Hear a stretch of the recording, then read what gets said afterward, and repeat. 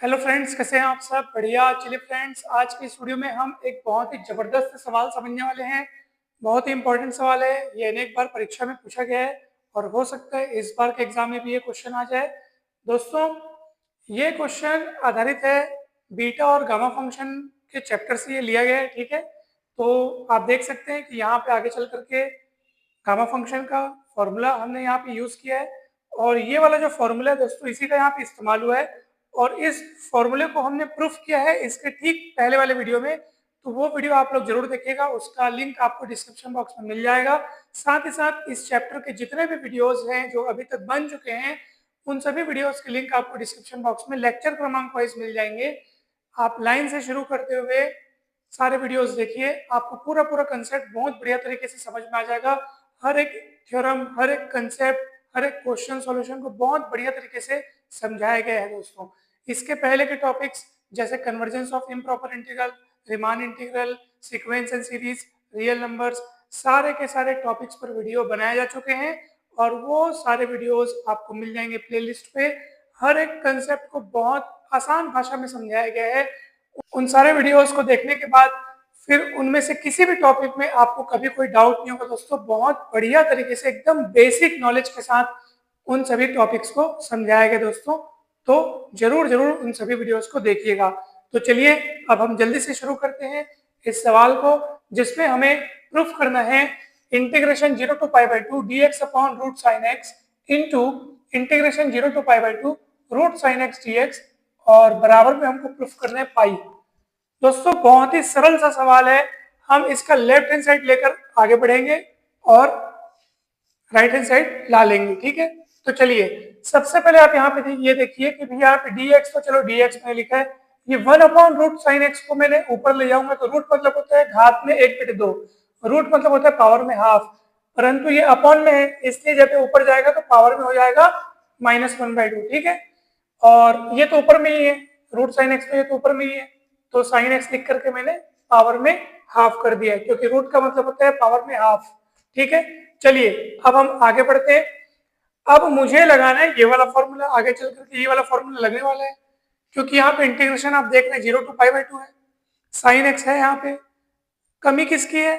Cos x की कमी है, क्योंकि फॉर्मूला तो साइन और कॉस के लिए, दोनों के लिए, भाई दोनों एक साथ रहते हैं बढ़िया, तब फॉर्मूला लगता है।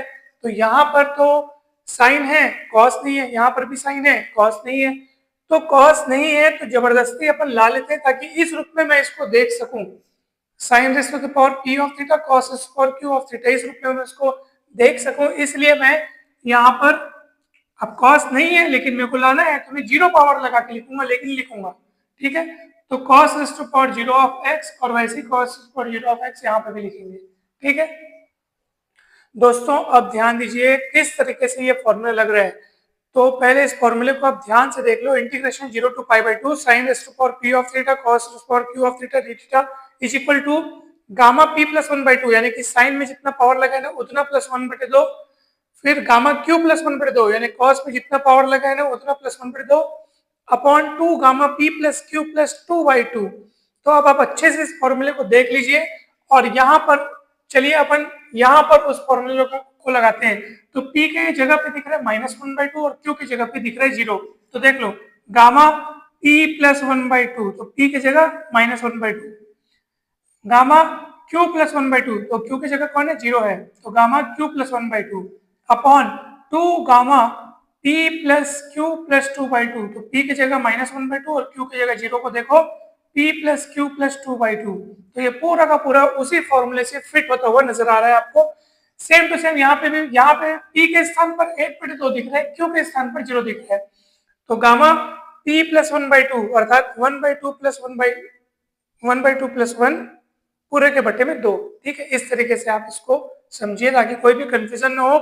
P के जगह पे 1/2 है प्लस, और फॉर्मूले में क्या आता है? P प्लस 1/2, तो P प्लस 1/2, P के जगह पे 1/2 है। ठीक है, गामा Q प्लस 1/2, Q के जगह पे कौन है? 0 है, तो गामा Q प्लस 1/2।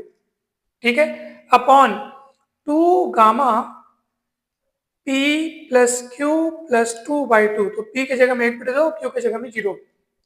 ठीक है, तो p प्लस क्यू प्लस 2/2 अर्थात 1/2 प्लस 0 प्लस 2/2। ठीक, तो दोस्तों अब देखिए बहुत ही सिंपल सा कैलकुलेशन है। मेन काम था फॉर्मूले को लगाकर आपको ये समझाने का प्रयास करना, और ये अगर आपने अच्छे से समझ लिया तो फिर आगे की जो चीजें हैं वो बहुत ही आसान है और 2-3 लाइनों में प्रूफ हो गया। देखो आप, तो अब इसको कैलकुलेट कर लीजिए। -1/2 +1 करेंगे तो 1/2 आएगा, बटे में 2 है इसलिए 1/4 हो जाएगा, तो गामा 1/4, ये गामा 1/2 हो गया। अपॉन में देखो 2 गामा, -1/2 + 2 करेंगे तो आएगा 3/2, 3/2 लेकिन बटे में और 2 है तो 3/4 हो जाएगा, तो गामा 3/4 हो गया, और ये सामने में 2 है ये। ठीक है, चलिए इधर देखो, अब इधर देखो 1/2 + 1 करेंगे तो 3/2 होगा, बटे में 2 है इसलिए 3/4 हो जाएगा, और ये गामा 1/2। ठीक है, और 1/2 + 2 करोगे तो देखो 2 दूनी 4 और एक 5/2, 5/2 लेकिन बटे में और 2 है तो 5/4 हो जाएगा, और ये सामने में 2 है। ठीक है, अब देखो गामा 3/4, गामा 3/4 कट जाएगा। ठीक, गामा 1/4 बचेगा, और ये गामा 1/2, गामा 1/2 गुणे में होने के कारण होल स्क्वायर हो जाएगा, गामा 1/2 का होल स्क्वायर। अब नीचे देखो क्या हो रहा है, नीचे में आप देखेंगे 2 गुणित 2, 2 गुणित 2, तो 2 दूनी क्या हो जाएगा 4। ठीक, हर एक चीज क्लियर होते जा रहे हैं। अब आप कहेंगे सर ये गामा 5/4 कहाँ गया? दोस्तों ध्यान दीजिएगा, इस गामा 5/4 को हमने लिखा है 1/4 गामा 1/4। अब आप कहेंगे सर ये कैसे हुआ? तो एक प्रॉपर्टी आप सदा यहाँ पे ध्यान रखिएगा, यहाँ पे उस प्रॉपर्टी का इस्तेमाल हुआ है। गामा n+1 बराबर होता है n गामा n, जहां n इज ग्रेटर देन 0, यानी जितना भी यहाँ पे लिखा है ना उससे एक कम करके आप बाहर और उतना ही फिर अंदर लिख सकते हैं। जैसे उदाहरण के लिए गामा 5 को लिख सकता हूं मैं 4 गामा 4, ठीक है ना, गामा 5 को लिख सकता हूं मैं 4 गामा 4, गामा 10 को लिख सकता हूं मैं 9 गामा 9, यानी जितना भी यहाँ लिखा है ना उससे एक कम करके बाहर लिखो और उतना ही अंदर लिखो। एक कम, जैसे 10 लिखा है तो एक कम करो तो कितना हुआ 9, तो बाहर लिखो 9 और उतना ही फिर अंदर, इस तरीके से। ठीक है, जैसे यहाँ पे क्या लिखा है गामा 5/4, ठीक है, तो क्या होगा 5/4 में से आप एक कम करके देखो तो ये हो जाएगा आपका 1/4। तो इसका मतलब ये कि एक कम करने पर जितना भी आ रहा है ना उसी को बाहर लिखो और उतना ही अंदर लिखो, इस तरीके से। तो इसलिए गामा 5/4 को मैंने लिखा 1/4 गुणित गामा 1/4, इस तरीके से लिखा। ये देखो वहां यहाँ पे पूरा एक्सप्लेन करके समझाया गया है कि गामा n+1, ठीक है, गामा n+1 बराबर n गामा n होता है, इसलिए गामा 5/4 बराबर होगा 1/4 गामा 1/4। ठीक है, क्योंकि 1/4 जो है वो 5/4 में से एक कम है, 5/4 में से अगर आप एक माइनस करोगे तो 1/4 आएगा, तो गामा 5/4 बराबर 1/4 गामा 1/4। ठीक है, तो इस तरीके से यहाँ पे लिखा है दोस्तों। और यहाँ पे देखो गामा हाफ, तो गामा हाफ मतलब कौन होता है? गामा हाफ मतलब होता है √π, तो ये और होल स्क्वायर तो √π का वर्ग। अच्छा ये चीजें कहाँ गई देखो, जब आपने गामा 5/4 को 1/4 गुणित गामा 1/4 लिखा तो देखो गामा 1/4 कट गया, और ये 4 से कट गया, तो बचेगा क्या? सिर्फ यही तो बचेगा आपके पास। तो गामा हाफ का होल स्क्वायर, गामा हाफ मतलब √π होता है, यहाँ पे अपने लिखा हुआ है। ठीक है, ये सभी कारणों को एक साथ आपको समझा दिया गया है। ठीक, देखो कौन सी चीज कहाँ यूज हुई है तो आपको उसके बाजू में उसको लिखना चाहिए। जैसे गामा 5/4 है, उसका यूज हमने यहाँ पे किया तो इसके बगल में ये वाला प्रॉपर्टी हो गया, फिर ये यहाँ यूज हुआ है तो ये इसके करस्पॉन्डिंग ये वाला हो गया। ठीक है, तो इसको अपन अलग से इसको लिख के बता देते हैं इस तरीके से, ताकि आपको कोई कंफ्यूजन न रहे, क्योंकि ये ज्यादा अच्छे से तब क्लियर रहता है जब जो प्रॉपर्टी आप जहां लगा रहे हो उसी के बगल में उसको मेंशन करो, ताकि वो क्लियर रहे। जैसे गामा 5/4 को हमने इस तरह से लिखा तो यहाँ पे यूज हुआ है, उसके बगल में उसका एक्सप्लेनेशन दे दो। ठीक है, इस तरीके से। और फिर गामा हाफ को हमने √π लिखा है तो उसके बगल में उसका एक्सप्लेनेशन आ जाएगा, तो इस तरीके से ये क्लियर रहता है। तो √π लेकिन होल स्क्वायर है तो √π का वर्ग, और √π का वर्ग मतलब पाई, और यही आपका राइट हैंड साइड है दोस्तों। तो इस तरीके से हमने सिद्ध कर लिया, therefore LHS = RHS, hence proved. ठीक है, तो देखो दोस्तों कितना सरल सा सवाल है, बहुत ही इजी सवाल है, और इस टाइप के अनेक सवालों को आप बना करके देखिएगा। कहीं पर भी डाउट होगा तो जरूर पूछिएगा।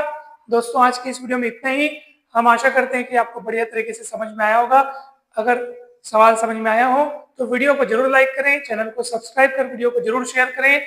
जल्द ही मिलते हैं नेक्स्ट वीडियो में। सारे के सारे वीडियोस जरूर देखिएगा, आपको बहुत बढ़िया तरीके से हर एक सवाल, हर एक कंसेप्ट समझ में आ जाएगा। किसी भी प्रकार की डाउट हो तो जरूर बताइएगा दोस्तों। Thank you so much.